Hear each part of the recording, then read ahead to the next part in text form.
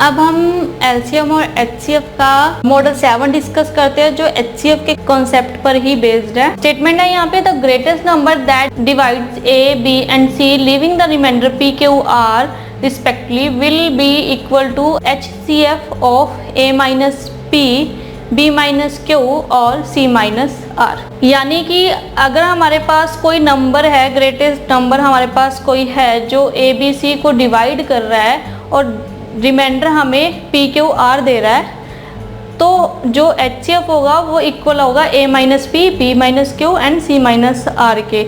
अब यहाँ पर हमारे पास 3 अलग अलग डिविडेंड है और 3 अलग अलग रिमाइंडर हैं, तो हमें एचसीएफ यहाँ पे फाइंड आउट करना है। इसको हम एक एग्जांपल से समझते हैं। क्वेश्चन दिया हुआ है हमें, what will be the greatest number that divide 78, 69, 53 leaving the remainder 8, 9, 3 respectively.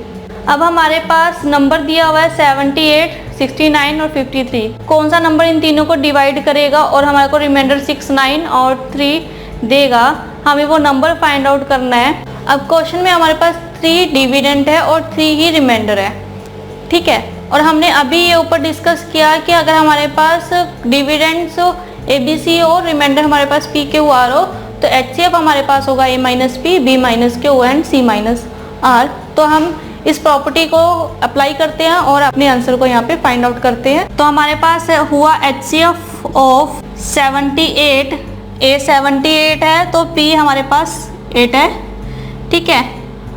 69, B हमारे पास 69 है और जो क्यू है वो 9 है और जो सी हमारे पास 53 है और आर हमारे पास 3 है, ठीक है। तो अगर हम इनको माइनस करें तो एचसीएफ ऑफ 70, 60 और 50।